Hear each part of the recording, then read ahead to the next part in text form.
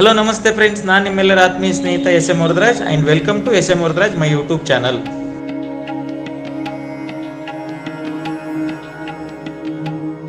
ಇದ್ರಿಗಿರೋದು ನೀವು ಅನಂತರ ತಗೊಳ್ರಿ. ಇದ್ರಿಗಿರುವಂತದ್ದು ಶಿವತೀರ್ಥ ಅಂತ ಎದುರುಗಡೆ ಶಿವತೀರ್ಥ ಹೆಂಗ ನಿರ್ಮಾಣ ಆಯ್ತಂದ್ರೆ ಇಲ್ಲಿ ಬರಗಾಲ ಬೀಳ್ತದೆ. ಆಳ್ವಿಕೆ ಸಮಯದೊಳಗೆ ಬರಗಾಲ ಬೀಳ್ತದೆ. ಆ ಬರಗಾಲ ಬಿದ್ದಾಗ ಮಹಾದೇವ ದಂಡನಾಯಕನ ಶಿವನನ್ನು ಕುರಿತು ಅಂದ್ರೆ ಮಹಾದೇವನನ್ನು ಕುರಿತು ತಪಸ್ ಮಾಡ್ತಾರೆ. ಅವಾಗ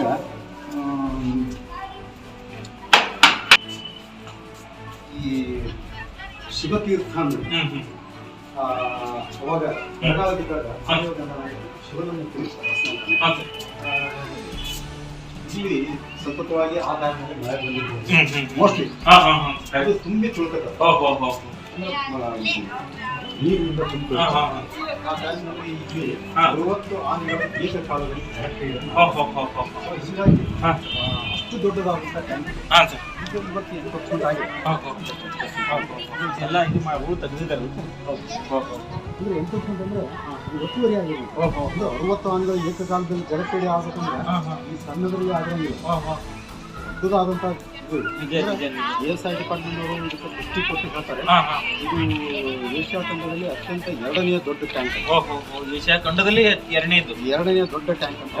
ಅಷ್ಟು ದೊಡ್ಡದಾದಂಥ ಇದಕ್ಕೆ ನಾವು ಶಿವತೀರ್ಥ ಅಂತ ಹೇಳ್ತೀವಿ. ಹಿಂದ್ಗಡೆ ಇರುವಂತದ್ದು ಪುಷ್ಕರಣಿ, ಕೀಲಗೊಂಡ.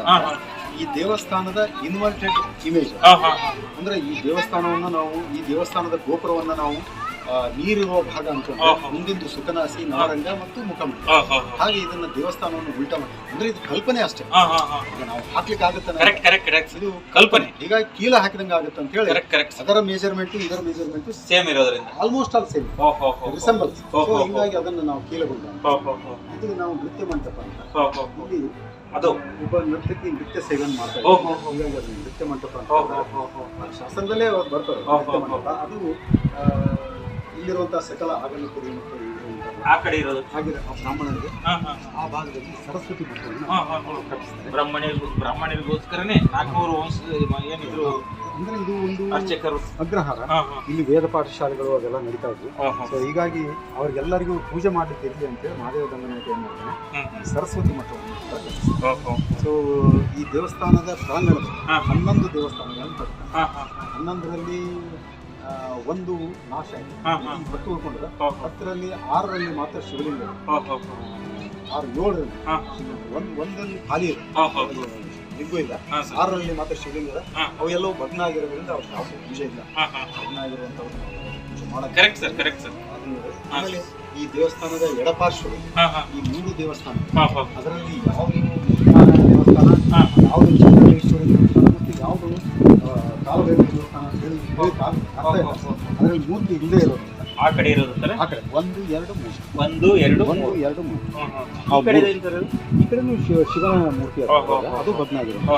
ಇವು 3ರಲ್ಲಿ ಖಾಲಿ ಇರೋದ್ರಿಂದ ಒಂದು ಚಂದ್ರೇಶ್ವರಿ ದೇವಸ್ಥಾನ ಅಂದ್ರೆ ಅವ್ರ ತಾಯಿ ಹೆಸರು, ಒಂದು ಮೂರ್ತಿ ನಾರಾಯಣ ದೇವಸ್ಥಾನ ತಂದೆ ಹೆಸರು, ಇನ್ನೊಂದು ಅದು ಅತ್ಯಂತ ಪರಾಕ್ರಮಶಾಲಿ ಆಗಿರೋದ್ರೆ ಕಾಲಭೈರವ. ಈಗ ಮಹಾದೇವ ದಂಡನಾಯಕರ ತಾಯಿಯವರ ಹೆಸರು ಚಂದ್ರಲಾಂಬ.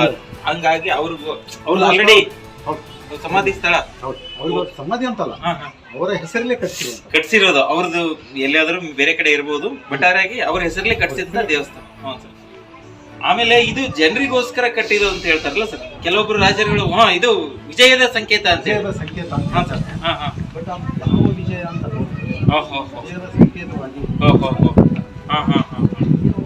ಅದನ್ನ ಏನ್ ಹೇಳ್ತಾರೆ ಅಂದ್ರೆ, ಪಟ್ಟವನ್ನ ಕಟ್ಟುವ ಇದು ಅಲ್ಲಿ ಪಟ್ಟ ಕಟ್ಕೊಂಡು ಹೋಗ್ಬಿಟ್ರೆ ಪಟ್ಟದ ಕಲ್ಲಿನಲ್ಲಿ ವಿಜಯ ಆಗ್ತಿದ್ರಂತ. ನರ್ಮದಾ ಟು ಕಾವೇರಿ ಈಗ ಬಂದ್ ನೋಡಿ, ಅಲ್ಲಿ ಸ್ಪೀಚ್ ಕೊಟ್ಟಿದ್ದಾರೆ ಸರ್ ಅವರು. ನರ್ಮದಾ ಟು ಕಾವೇರಿ ಅವಾಗಿನ ಏನದು ಬದಾಮಿ ಚಾಲುಕ್ಯರ ಇದು ಪುಲಿಕೇಶಿ ಇದು, ಅಲ್ಲಿ ಒಂದ್ಸಲ ಅವ್ರ ಸೈನ್ಯದ ಧೂಳಿಗೆ ಅವರು ಎದುರಾಳಿ ಇದು ಮುಚ್ಕೊಂಡು ಹೋಗಿದ್ದ. ಅಂದ್ರೆ ಅಷ್ಟು ಪರಾಕ್ರಮಿ. ಅಂದ್ರೆ ದಕ್ಷಿಣ ಪತೇಶ್ವರ ಅಂತ ಬೀಡು ಸಿಗ್ತದೆ, ಇಡೀ ದಕ್ಷಿಣ ಭಾರತನೇ ಆಳದ್ರಂತ. ಹಾಗಾಗಿ ಇದು ಎಲ್ಲಿ ನೋಡಿದ್ರು ಒಂದು ವಿಶೇಷತೆ. ಇದು ಏನ್ ದೇವಾಲಯಗಳ ಚಕ್ರವರ್ತಿ ಅಂತ ಕರೆಸ್ಕೊಳ್ಳಕ್ಕೆ ಅದು ಯೋಗ್ಯ. ಹೌದು, ಪ್ರೇಕ್ಷೆ ಏನಲ್ಲ ಸರ್. ಇನ್ನು ಆಮೇಲೆ ಸರ ಈಗ ಅವರು ಏನು ಅರ್ಚಕ ಮನೆ ತಂದವರು ಮತ್ತು ಜ್ಯೋತಿಷಿಗಳ ಪ್ರಕಾರ ಅವ್ರು ಯಾರು ಹೇಳಿದ್ರು ಅಂತ ಹೇಳಿದ್ರೆ, ಪೂರ್ತಿ ಪರಿಪೂರ್ಣ ಆದ್ರೆ ಮತ್ತೀಗ ರಾಜೇಂದ್ರ ಸಾವು ಆಗ್ತಂತ ಹೇಳಿದ ತಕ್ಷಣ ಅರ್ಧಕ್ಕೆ ಬಿಟ್ರು ಅಂತಂದ್ರಲ್ಲ, ಅದಕ್ಕೇನ್ ಪುರಾವೆಗಳು ಹೆಂಗ್ ಸಿಗ್ತಾವ ಗೊತ್ತಾಗುತ್ತೆ ಸರ್? ಏನ್ ಅರ್ಧಕ್ಕೆ ಸ್ಟಾಪ್ ಆಗೈತೆ ಅಂತ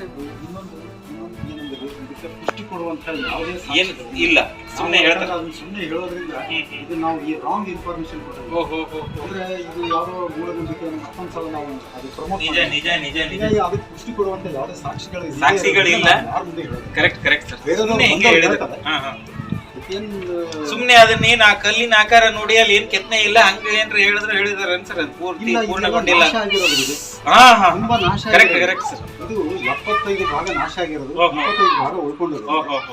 ಇದನ್ನ ನಾಶ ಮಾಡಿದವ್ರು ಯಾರು ಅಂತ ಹೇಳಿ ಅದರಿಂದ ಸಮಸ್ಯೆ ಉಂಟಾಗ್ಬೋದು ಅಂತ ಹೇಳಿ ನೀವೇ ಹಾಳು ಮಾಡ್ಕೊಂಡ್ರಿ ಅಂತ ಹೇಳಿ. Correct correct sir. ನಾವು ಕಟ್ಲಿಲ್ಲ ಅಂತ ಕರೆಕ್ಟ್ ಸರ್. Correct sir. ಈ ತರ ಪ್ರಮೋಟ್ ಮಾಡಿ. Correct sir. Correct sir. Correct ಎಲ್ಲೋರಲ್ಲಿರುವಂತ ಈಗ ಕೈಲಾಸ ದೇವಾಲಯ ಇದೆ, ಅದನ್ನ ಮೇಲಿನಿಂದ ಗುಡ್ಡವನ್ನ ಮೇಲಿನಿಂದ ಕರ್ಕೊಂಡು ಬಂದು ದೇವಸ್ಥಾನವನ್ನು ಸೃಷ್ಟಿ ಮಾಡ್ತಾರೆ. 2 ಲಕ್ಷ ಟನ್ನು ಕಲ್ಲುಗಳನ್ನ ಎಲ್ಲಿ ಸಾಧಿಸಿದ್ರು ಗೊತ್ತಿಲ್ಲ.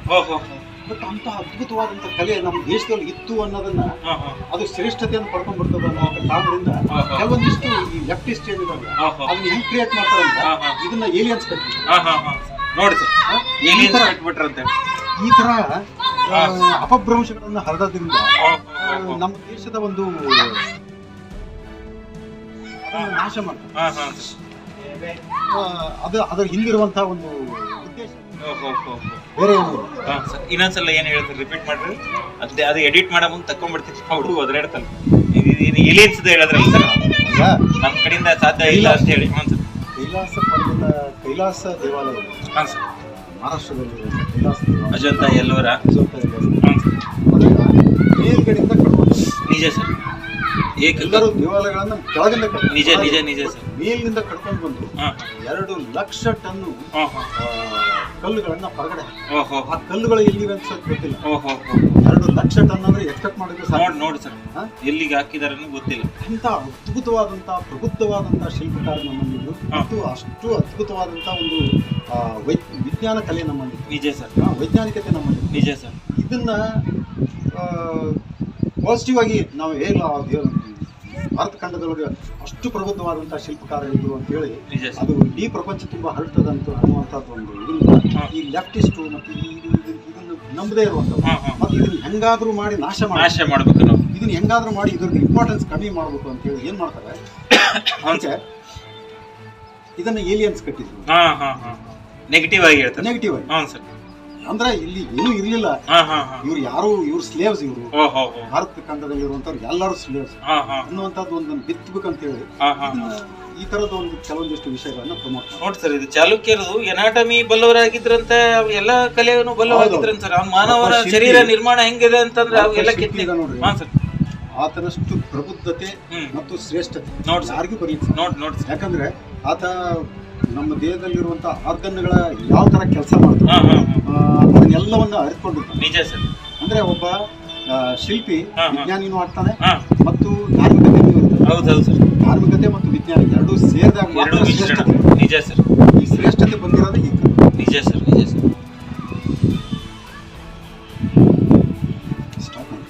ಸ್ಟಾಪ್ ಮಾಡಿ. ಇದಕ್ಕೆ ನಾವು ಭುವನೇಶ್ವರಿ ಶುರು ಮಾಡಿ.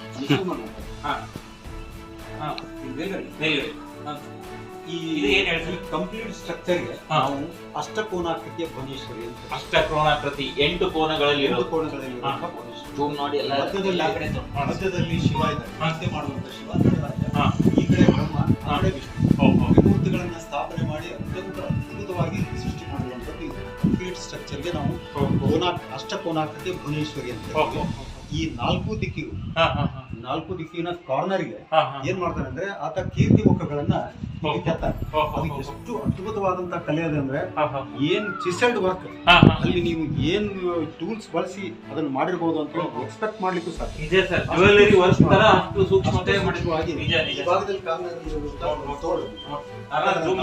3 ಎಲ್ಲ ಇದು ಕಾರ್ನರ್ ಚೆನ್ನಾಗದ.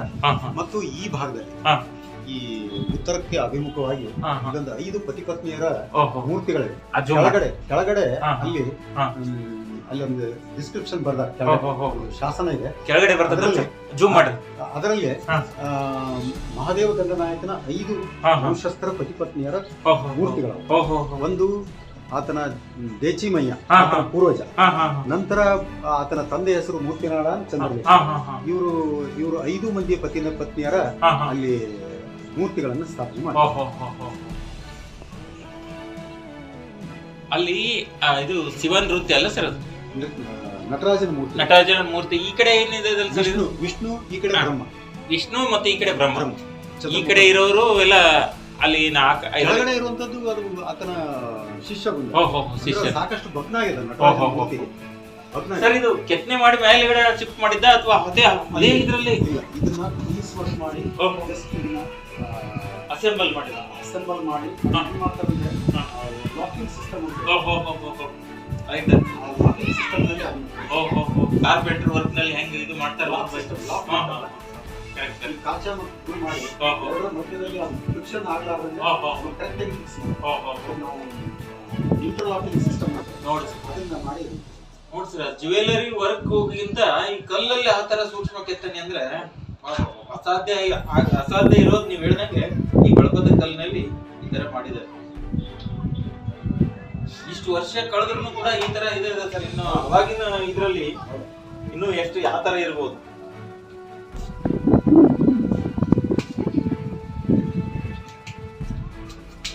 ಆಮೇಲೆ ಇನ್ನೊಂದು ಸಾಮೀಪ್ಯಗಳು ಬರ್ತಾವ್ರ ಕೆಲವೊಂದು 63 ಆನೆಗಳು ಇಲ್ಲಿ ಈಜಾಡೋದು, ಆಮೇಲೆ 64 ಕಂಬಗಳು ಏನು ಹೇಳಿದ್ರಲ್ಲ ಇದು 26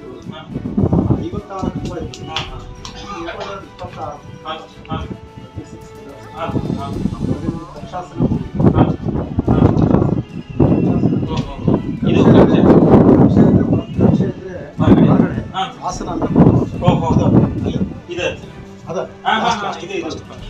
ಅಲ್ಲಿ ಕೂತ್ಕೊಂಡು ಈ ಮಧ್ಯದಲ್ಲಿ ಯಾರಾದ್ರೂ ಪರ್ಫಾರ್ಮೆನ್ಸ್ ಮಾಡ್ತಿದ್ರೆ, ಯಾರಾದ್ರೂ ನೃತ್ಯ ಅದೇನಾದ್ರು ಮಾಡ್ತಿದ್ರೆ ಎಲ್ಲರಿಗೂ ಕಾಣಿಸ್ತದೆ.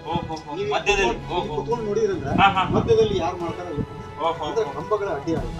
ಅಷ್ಟು ವೈಜ್ಞಾನಿಕ ಎಲ್ಲ 360 ಡಿಗ್ರಿ ಆಂಗಲ್ ನಲ್ಲಿ ಕೂಡ ಎಲ್ಲ ಕಡೆ ವೀಕ್ಷಣೆ ಮಾಡೋದು. ಅಂದ್ರೆ ಅವ್ರಿಗೆ ಮೆಜರ್ಮೆಂಟ್ ಬಗ್ಗೆ, ಆನಂತರ ಈ ಪ್ರಮಾಣದ ಬಗ್ಗೆ ತುಂಬಾ ಜ್ಞಾನ ಅಂದ್ರೆ ಮನುಷ್ಯನ ಒಂದು ಅಂಗೈಯಷ್ಟು ಅಗಲ ಇದರ ಕಾಲು ಎಷ್ಟು ಪ್ರಮಾಣದಲ್ಲಿ 3.5 ಕೈ ಇರುತ್ತೆ, 5.5 ಮತ್ತು 6 ಕಾಲುಗಳಿರುತ್ತೆ. ಅಂದ್ರೆ ಅದು ಎತ್ತರದ ಇದು ಅಂದ್ರೆ 5.5 ಅಷ್ಟು ನಮ್ಮ ಅಂಗೈಯ 5.5 ಅಷ್ಟು ಕಾಲಿರ್ತದೆ. ಇದನ್ನೆಲ್ಲವನ್ನ ಅರಿತುಕೊಂಡವನು ಮಾತ್ರ ಈ ಶಿಲ್ಪಶಾಸ್ತ್ರ ಈ ಸ್ಥಪತಿ ಆಗ್ಲಿಕ್ಕೆ ನಿಜ ಸರ್. ಅದನ್ನ ಶಿಲೆ ದೊಡ್ಡ ಮಟ್ಟದಲ್ಲಿ ಇದ್ರು ಆ ರೇಷಿಯೋದಲ್ಲಿ ಮಾಡ್ತಾರೆ, ಕಡಿಮೆ ಸಣ್ಣದಲ್ಲಿ ಇದ್ರು ಕೂಡ ಆ ರೇಷಿಯೋದಲ್ಲಿ ಮಾಡಿದ್ರೆ ಮಾತ್ರ ಪರಿಪೂರ್ಣ ಕಲೆ ಆಗಿ ಕಾಣುತ್ತೆ. ನಾವು ಮುಖವನ್ನ ದೊಡ್ಡದಾಗಿ ಮಾಡಿ ದೇಹವನ್ನ ಸಣ್ಣ ಮಾಡಿಬಿಟ್ರೆ ಅದು ಅಲ್ಲಿ ಅಕ್ರಾಳ ವಿಕ್ರಾಳ ಆಗ್ಬಿಡುತ್ತೆ. ಈಗ ಅದನ್ನ ನಾವು ಪ್ರಮಾಣಬದ್ಧವಾಗಿ ಕಡಿಬೇಕಂದ್ರೆ ಅವನಿಗೆ ನಮ್ಮ ಅನುಪಾತ ದೇಹದ ರಚನೆ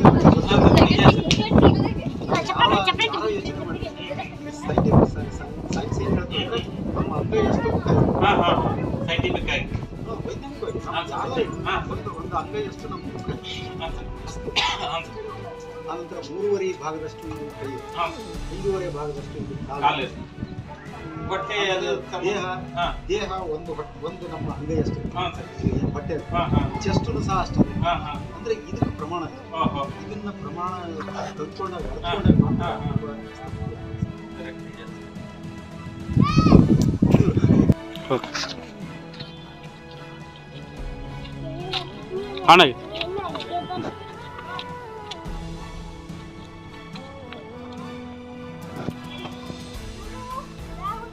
ಹಲೋ, ನಮಸ್ತೆ ಫ್ರೆಂಡ್ಸ್. ನಾನು ನಿಮ್ಮೆಲ್ಲರ ಆತ್ಮೀಯ ಸ್ನೇಹಿತ ವೆಲ್ಕಮ್ ಟು ಯಶೋವರ್ಧನ ಯೂಟ್ಯೂಬ್ ಚಾನಲ್. ನೋಡಿ ಸ್ನೇಹಿತರೆ, ನಾವೀಗ ಕಲ್ಯಾಣ ಚಾಲುಕ್ಯರದು ಅಂದರೆ ಕೊಪ್ಪಳ ಜಿಲ್ಲೆ ಕುಕ್ನೂರು ತಾಲೂಕಿನ ಇಟಗಿ ಗ್ರಾಮದಲ್ಲಿ ಮಹಾದೇವ ಟೆಂಪಲ್ನ ಎಕ್ಸ್ಪ್ಲೋರ್ ಮಾಡಿದ್ವಿ. ಇಲ್ಲಿ ಈ ಮುಖ್ಯ ಅರ್ಚಕರಾದಂಥ ಶ್ರೀಕಾಂತ್ ಪೂಜಾರಿ ಅವ್ರನ್ನ ಭೇಟಿ ಆದ್ವಿ.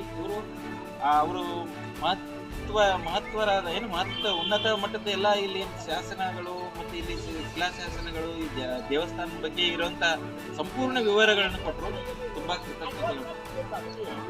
ಆಮೇಲೆ ಇನ್ನೊಂದು ವಿಶೇಷವಾದ ಖುಷಿ ವಿಚಾರ ಏನಂದ್ರೆ, ಈಗ ನಾಡಿದ್ದು ಆಚೆ ನಾಡಿದ್ದು ಅಂದ್ರೆ ನಾಳೆಯಿಂದ 2-3 ದಿನದ ಜಾತ್ರೆ ಇದೆ, ಇಟಗಿ ಮಹೋತ್ಸವ ನಡೆಯುತ್ತೆ. ನಾಳೆ ದಿವಸ ರಥೋತ್ಸವ ಸರ್. ನಾಡದ ಲಘು ರಥೋತ್ಸವ ಮತ್ತು ಅಚ್ಚೆ ನಾಡದಲ್ಲಿ 29, 22, 23 3 ದಿನ ಇಲ್ಲಿ ನಾಗರಿಕ ವೇದಿಕೆಯಿಂದ ಇಲ್ಲಿ ನಾಗರಿಕ ವೇದಿಕೆ ಮತ್ತು ನಮ್ಮ ಊರಿನವರೆಲ್ಲರೂ ಸೇರಿ ಇಲ್ಲಿ 3 ದಿನಗಳ ಕಾಲ ಇಟಗಿ ಉತ್ಸವ ಅಂತ ನೋಡಿ ಸ್ನೇಹಿತರೆ. ಇನ್ನೊಂದು ಎಲ್ಲಾ ಕಡೆ ಹಂಪಿ ಉತ್ಸವ, ಬೇರೆ ಬೇರೆ ಕಡೆ ಕಿತ್ತೂರು ಉತ್ಸವ ಯಾವ ತರ ನಡೆಯುತ್ತೆ ಆ ತರ ಇಲ್ಲಿ ನೋಡ್ಲಿಕ್ಕೆ ಬಂದವರು. ಈಗ ಇನ್ನೊಂದು ವಿಶೇಷವಾದ ಹೆಮ್ಮೆಯ ವಿಚಾರ ಅಂದ್ರೆ ಇದು ಯುನೆಸ್ಕೋ ಪಟ್ಟಿಗೆ ಸೇರ್ತಾ ಇದೆ ಕೊಪ್ಪಳ ಡಿಸ್ಟಿಕ್ ಇಂದು, ಅಂದ್ರೆ ವಿಶ್ವ ಪಾರಂಪರಿಕ ತಾಣಗಳ ಪಟ್ಟಿಯಲ್ಲಿ. ಹಾಗಾಗಿ ನೀವು ಪ್ರತಿ ಡಿಸೆಂಬರ್ ಅಲ್ಲಿ ಬರ್ತದೆ, ಡಿಸೆಂಬರ್ ಅಲ್ಲಿ ಬರುತ್ತೆ, ಎಳ್ಳು ಅಮಾವಾಸ್ಯೆ ದಿವಸ ಇರುತ್ತೆ, ಅಂದ್ರೆ ಮಹಾರಥೋತ್ಸವ ಇರ್ತದೆ. ನಾಳೆ ಮಹಾರಥೋತ್ಸವ, ಅದಾದ ನಂತರ 2 ದಿನ ಇಟಗಿ ಉತ್ಸವ ಅಂತಾನೆ ಮಾಡ್ತಾರೆ. ಅದಕ್ಕೆ ಪ್ರತಿಯೊಬ್ಬರು ಬಂದು ಹೋಗ್ಬೋದು, ಪ್ರತಿ ವರ್ಷದಂದು ಬಂದು ಹೋಗ್ಬೋದು. ತುಂಬಾ ಧನ್ಯವಾದಗಳು.